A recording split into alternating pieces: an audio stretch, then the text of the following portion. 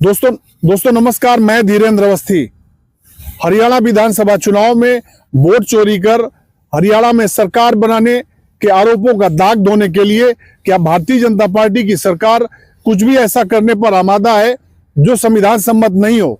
दोस्तों, ऐसा हम इसलिए कह रहे हैं कि 19 से 22 दिसंबर तक चले हरियाणा विधानसभा के सत्र में भारतीय जनता पार्टी की सरकार एक ऐसा प्रस्ताव लेकर आई जो संविधान सम्मत नहीं था।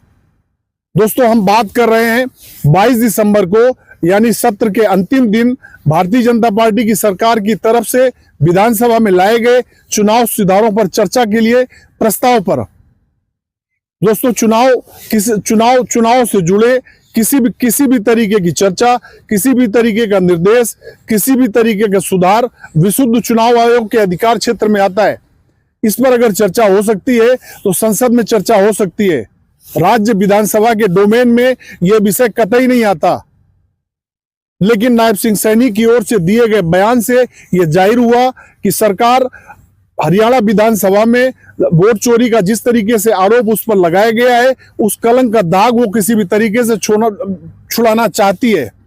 जो नैरेटिव हरियाणा में बन गया है उससे किसी भी तरीके से भारतीय जनता पार्टी मुक्ति पाना चाहती है। नायब सिंह सैनी ने विधानसभा में कहा कि उन पर वोट चोरी के आरोप लगे हैं। सदन में वोट चोर के नारे लगाए गए हैं। दोस्तों, विपक्ष के विधायकों गीता भुक्कल से लेकर भूपेंद्र सिंह हुड्डा और बीबी बत्रा तक इस बात के तर्क दिए गए कि संविधान के अनुच्छेद 324 से लेकर 329 तक चुनाव सुधारों से जुड़ी किसी भी प्रक्रिया, किसी भी चर्चा विशुद्ध अधिकार चुनाव आयोग के तहत है।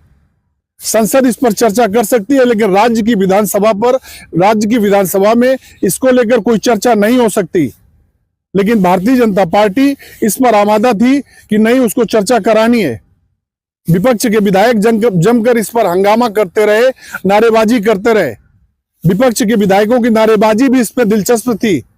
कांग्रेस के विधायक विधानसभा में नारे लगा रहे थे कि अगर चर्चा करना है तो महंगाई पर चर्चा करो, अरावली पर चर्चा करो, किसानों की समस्याओं पर चर्चा करो, कानून व्यवस्था पर चर्चा करो। दोस्तों, जब भारतीय जनता पार्टी की सरकार नहीं मानी, स्पीकर जमकर सरकार के पक्ष में तर्क दे रहे थे। जब सरकार नहीं मानी तो अंततः कांग्रेस के विधायकों ने वॉकआउट किया। इस बीच लेकिन एक और घटना हुई।